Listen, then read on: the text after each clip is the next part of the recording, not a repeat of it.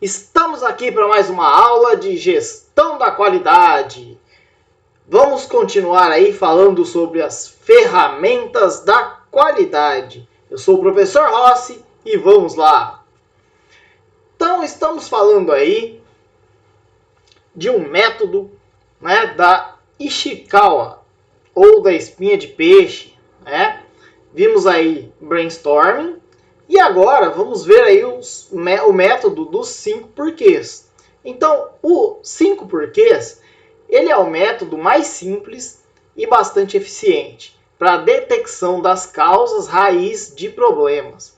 É só perguntar por quê até se chegar na causa raiz.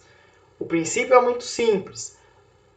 Ao encontrar um problema, você deve realizar 5 iterações perguntando o porquê daquele problema, sendo sempre questionando a causa anterior. Aliás, as crianças usam muito esta ferramenta. Por quê, pai? Por quê, mãe? Vamos lá para o primeiro exemplo, pessoal. Problema: os clientes estão reclamando muito dos atrasos nas entregas. Por que há atrasos? Porque o produto nunca sai da fábrica no momento que deveria. Por que o produto não sai quando deveria?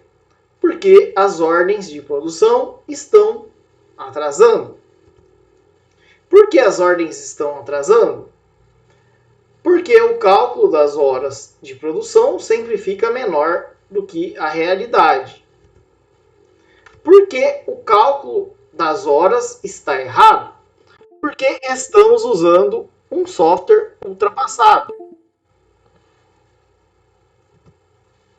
Por que estamos usando um software ultrapassado? Porque o engenheiro responsável ainda não recebeu treinamento no software mais atual.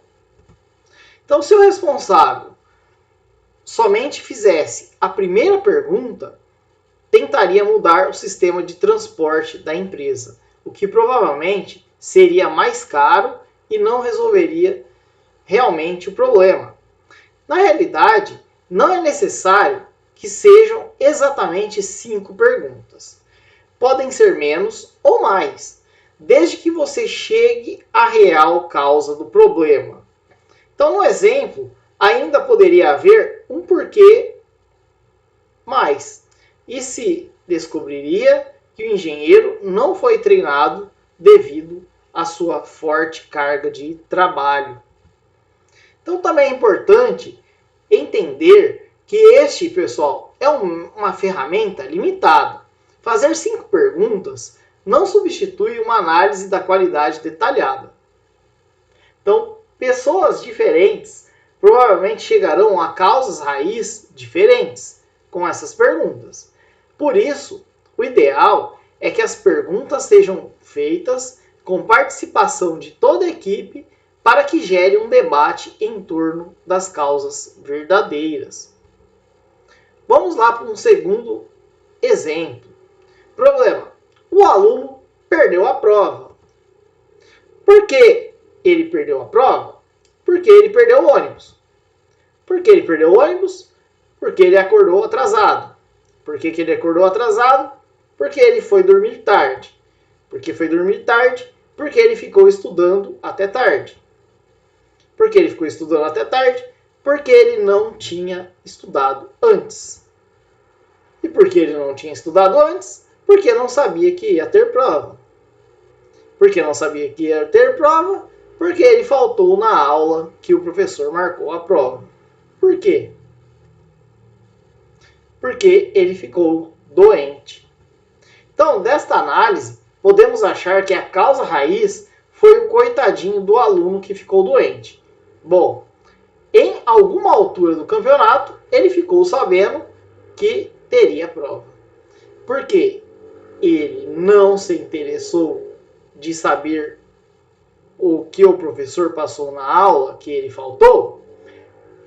Temos que saber aplicar a técnica, pois, embora eficaz, ela pode produzir resultados mascarados. Então, instruções aí detalhadas. Diagrama de causa e efeito. Primeiro, pessoal, escreva aí a definição do problema. Tá? Exemplo 1 lá. O café precisa aumentar as vendas diárias. Então, certifique-se de que o problema é claro para todos. Tá? Segundo, desenhe uma espinha de peixe no quadro branco ou em um pedaço de papel, apontando a definição do problema ou meta. Identifique as principais áreas envolvidas no problema. Discuta e atribua os principais títulos ou tipos de causas às principais espinhas do peixe. Para direcionar aí a estrutura, utilize a seção de brainstorm. Identifique todas as causas através de uma sessão de brainstorm.